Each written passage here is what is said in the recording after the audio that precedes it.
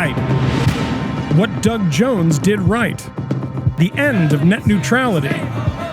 And I want to talk about what it's really like to send your child to school and not get them back.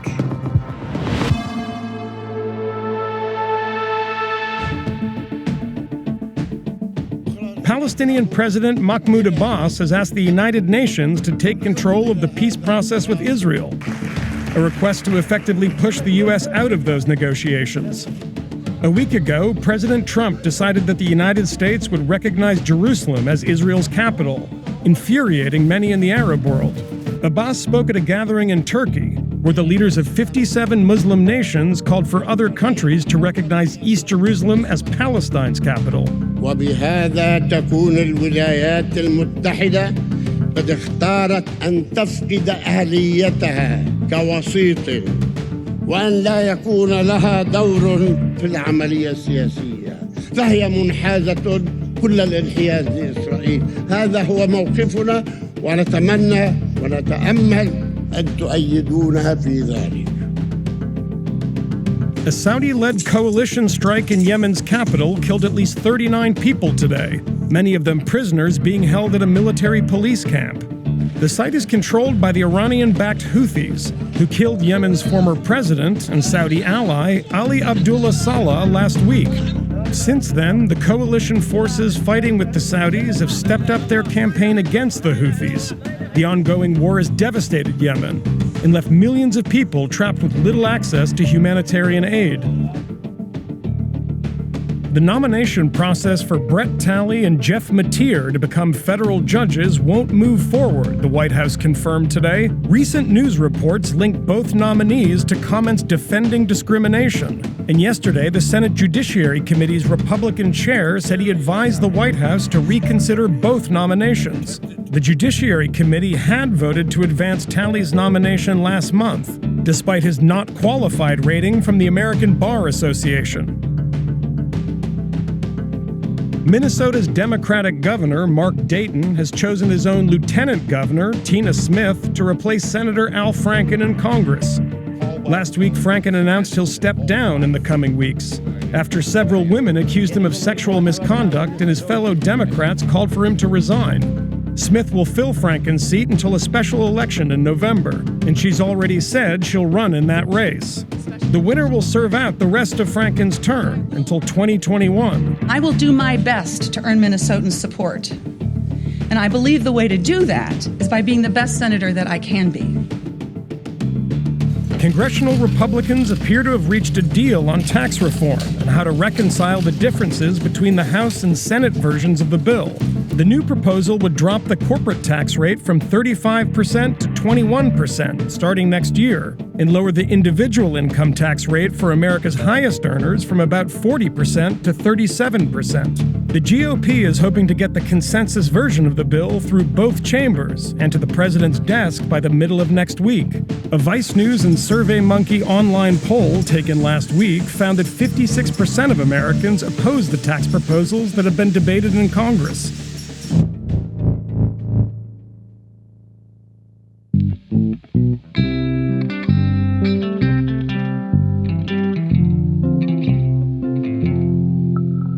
Doug Jones beat Roy Moore by 20,000 votes on Tuesday night to become Alabama's next U.S. Senator.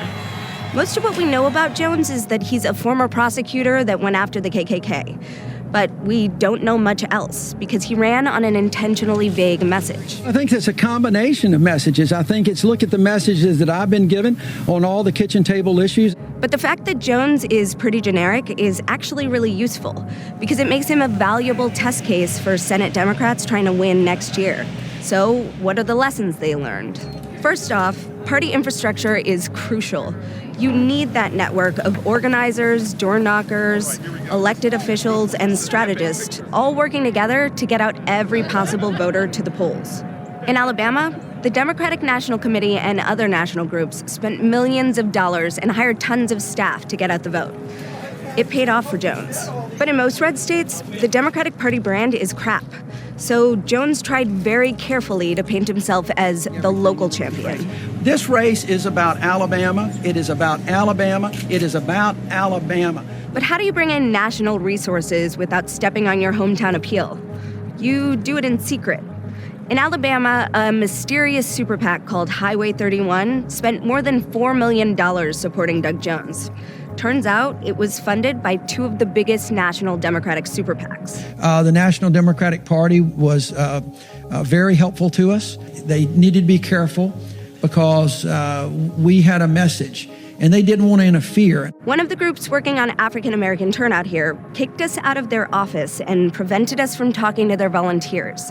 But now that the race is over, they put out a press release bragging about their efforts. Democrats will likely repurpose this strategy in next fall's midterms. Looking at the map, lots of people thought that Senate Democrats would be on the ropes. They're defending 26 seats when you include the independents, 10 of them in states Trump won. Meanwhile, Republicans are only defending 8 seats. But Jones's win suggests that Democrats can actually go on offense, competing in red states and potentially picking off Republican incumbents, like Dean Heller in Nevada, or flipping seats left open by a retirement, like Jeff Flake's in Arizona. The counterargument here is that Roy Moore is a uniquely awful candidate, and he's not running in any of those other states. But Democrats in every state are going to be running against a divisive culture warrior with a record of alleged sexual misconduct. Because no matter what Republican is actually on the ballot, every Democrat is going to be running, at least rhetorically, against President Trump.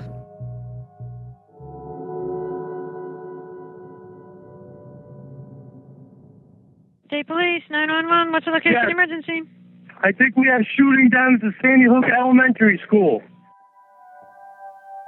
Even if I didn't have a calendar, my body would know it's December. And I know I'm not alone in that. I've got an entire town and many towns in Connecticut. I would say this entire state grieves alongside us. Let's have policy segments in January, February, March, April, May, June, July, August, September, October, November. But if someone wants to talk to me in December, I want to talk about my daughter. I want to talk about the injustice. I want to talk about what it's really like to send your child to school and not get them back. When you have lost a child, a beloved, prayed-for child, to gun violence, I will only say for us, it doesn't get better. 1, 2, 3, ready, and go. Come down, almighty King. It just came up on my Facebook news feed that it was this morning 5 years ago that she said to me, don't let them suck your fun circuits dry, Mom. And I was like, Anna, what is that? Because I had been complaining about something work-related, and that was the kind of kid she was. To this day, there's no reference for that. That was just her at 6 years old trying to encourage me in the morning before work. The natural inclination of many people is to somehow find redemption in it, right? So they'll say things like, well, at least they're in a better place, or at least they're now angels, or at least don't at least my story. There is no redeeming factor in, I had a 6-year-old, I put her on a bus and she didn't come home. Redeeming that story is helpful to you. It's not helpful to me. There are many sounds I won't ever forget. And one of the sounds I won't forget after Newtown is the sound of camera clicks. I left the firehouse to a chorus of camera clicks. And that just felt so violating to me. We were kind of lumped all in one group, and we're not all one big group in Newtown or in any tragedy. There are individual voices of families trying their best to make sense of what happened and to memorialize their lost loved ones. And I feel like that gets lost.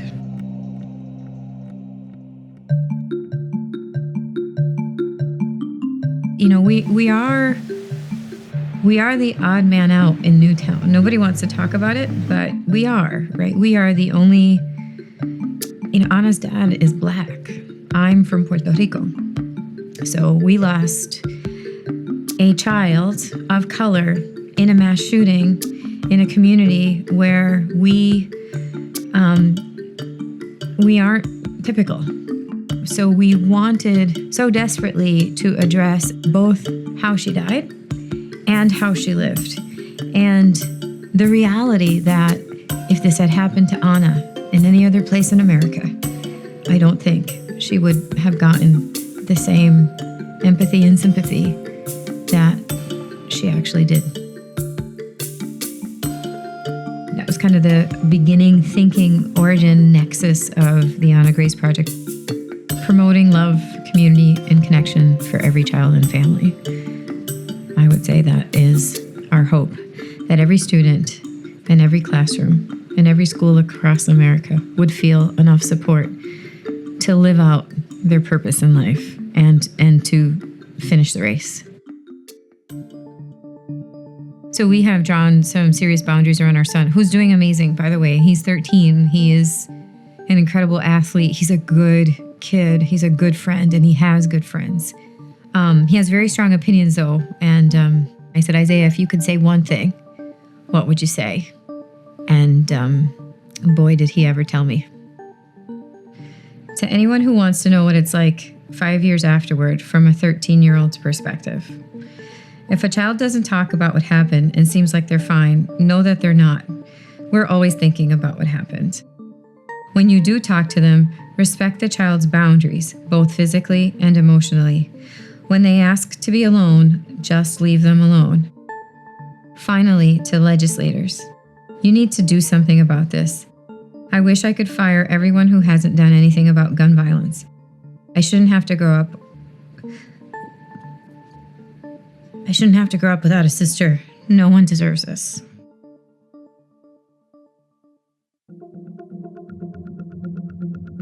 Grief is a basket of emotions, right? And there's anger in there, and there's, sadness in there, and there is joy in there, and there is love in there, and there's hate in there. We love this story in our culture of the tragedy and then the triumph. And that's not quite how it works. For our family, we know that the triumph will come at the reunion in heaven when we get to see Anna again. Right now where we are, that's called the middle, right? And in this middle story, that's where the grief sits.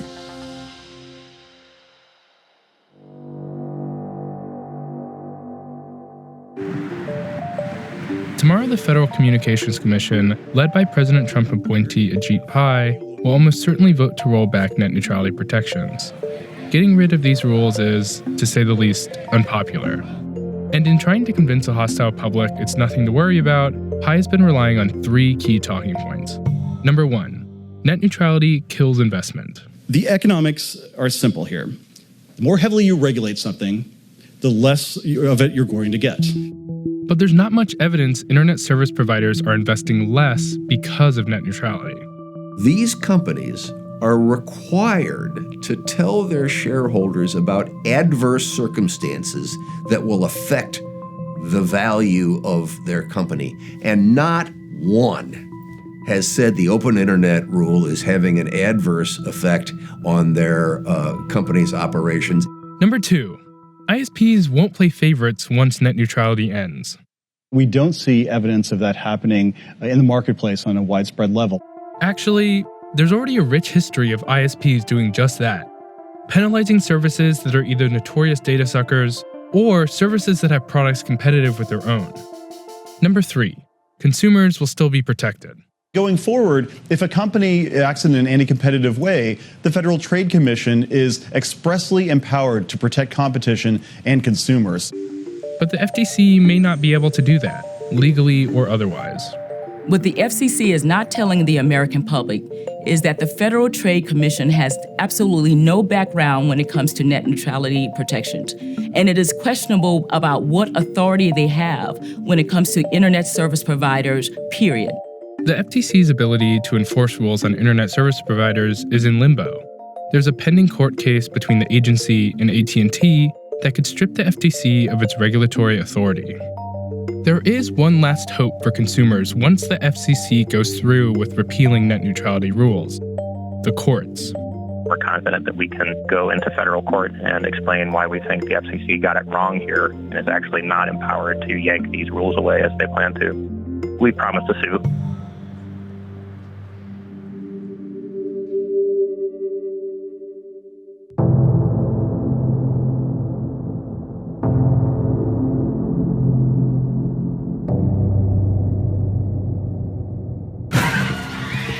A preliminary court hearing is scheduled for tomorrow in Charlottesville to decide whether to bring murder charges against the driver who killed Heather Heyer.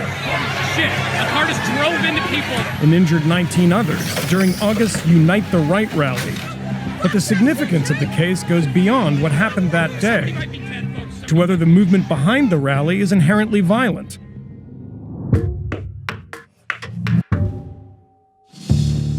Here's what we know about James Fields. We know that he was behind the wheel of a Dodge Challenger that rammed into protesters in Charlottesville. We know that he was 20 years old and from Ohio. But we don't know what his motives were. Former classmates told Vice News that he had been known as the Nazi of his high school. He was photographed in Charlottesville holding a Vanguard America shield. Vanguard America uses fascist symbolism and was formed through the neo-Nazi site Iron March. An organizer of the group has told me that he thinks violence is necessary and coming for the social change he seeks. But Vanguard America denied any ties to Fields, and white nationalist leaders like Chris Cantwell deny any ties too.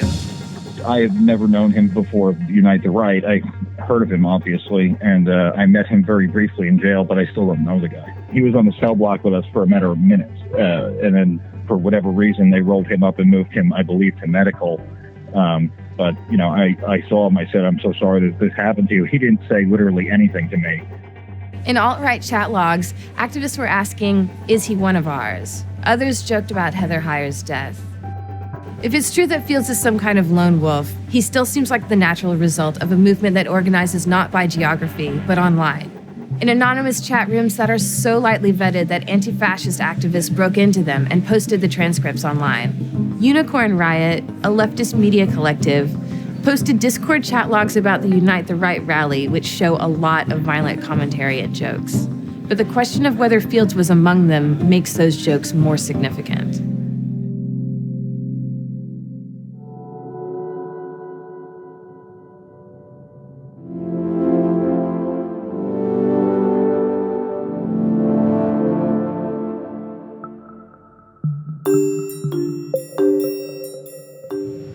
For years, this factory made Christmas tree lights.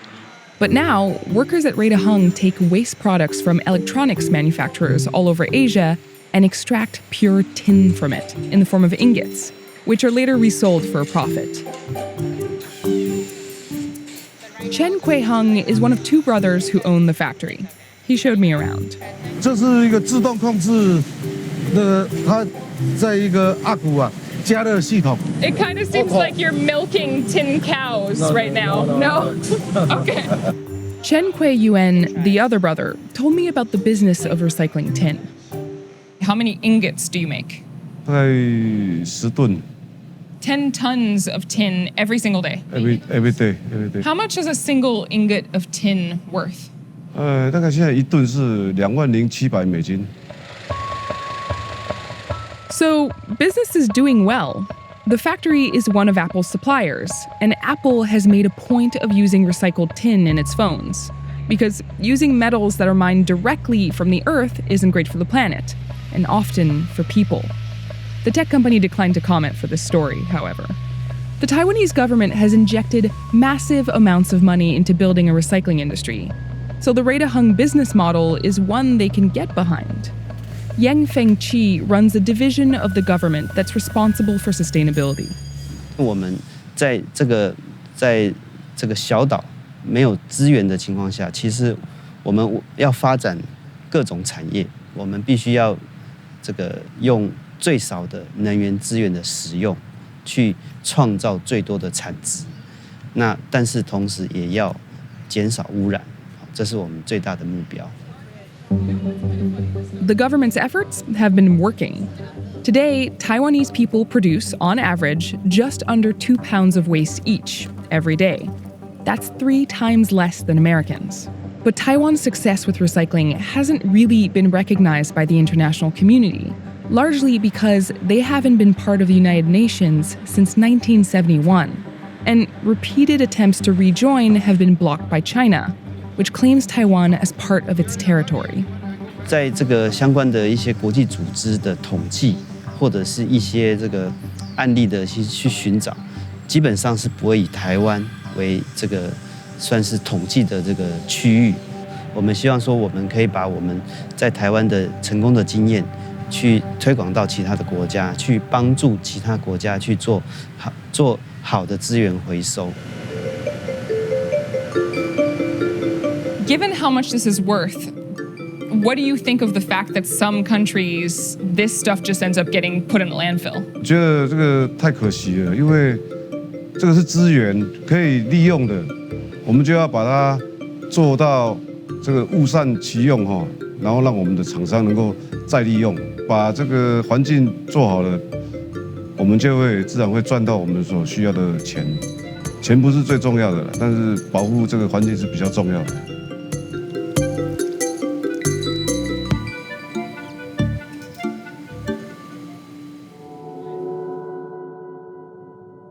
Today, on Taylor Swift's 28th birthday, tickets for her upcoming Reputation tour went on sale to the public. But she really celebrated last week with a special presale just for her biggest fans. The way Swift sold her tickets for this tour showed just how seamlessly that kind of loyalty bleeds into personal profit. Swift set up a system where her fans, who proudly call themselves Swifties, first needed to prove that they were real people, not scalper bots. The bots are worried there won't be any tickets left for them to buy because you're the best fans doing the best things to get the best seats possible. And then asked them to complete a series of fandom challenges to earn privileges like buying tickets in an exclusive presale that allowed them to pick their preferred date and venue. Some of the challenges, called boosts, were innocuous, if creepy. There were two very short videos that were about a minute long in which Taylor Swift was eating cookie doughs. I probably watched each of those videos about 500 times, totaling 1,000 times plus seeing Taylor Swift eating cookie dough. But other boosts put money directly in Swift's pocket. Pre-ordering her album counted as a boost. So did buying merch. All of this happened through fans' Taylor Swift Tix portal run by Ticketmaster. And some of the videos were even sponsored by AT&T. But the Swifties didn't seem to mind. They've accepted Swift co-branding of all kinds. There's the special Taylor merchandise delivered on Taylor-branded UPS trucks, and the letter from Swift telling her side of her feud with Kanye West that was available only in special magazines sold at Target. It all seems like a mega marketing scheme, and it is. But the strange thing is that it seems to make the Swifties happy anyway. I don't want to necessarily say it's very calculating because I'm sure she truly enjoys doing the things for her fans, but certainly it is a smart business decision. And in terms of trying to connect more directly with the fans, she has realized as a business person that it is good for the fans and it's very good for her. To put it another way, look what she made you do. That's Vice News Tonight for Wednesday, December 13th.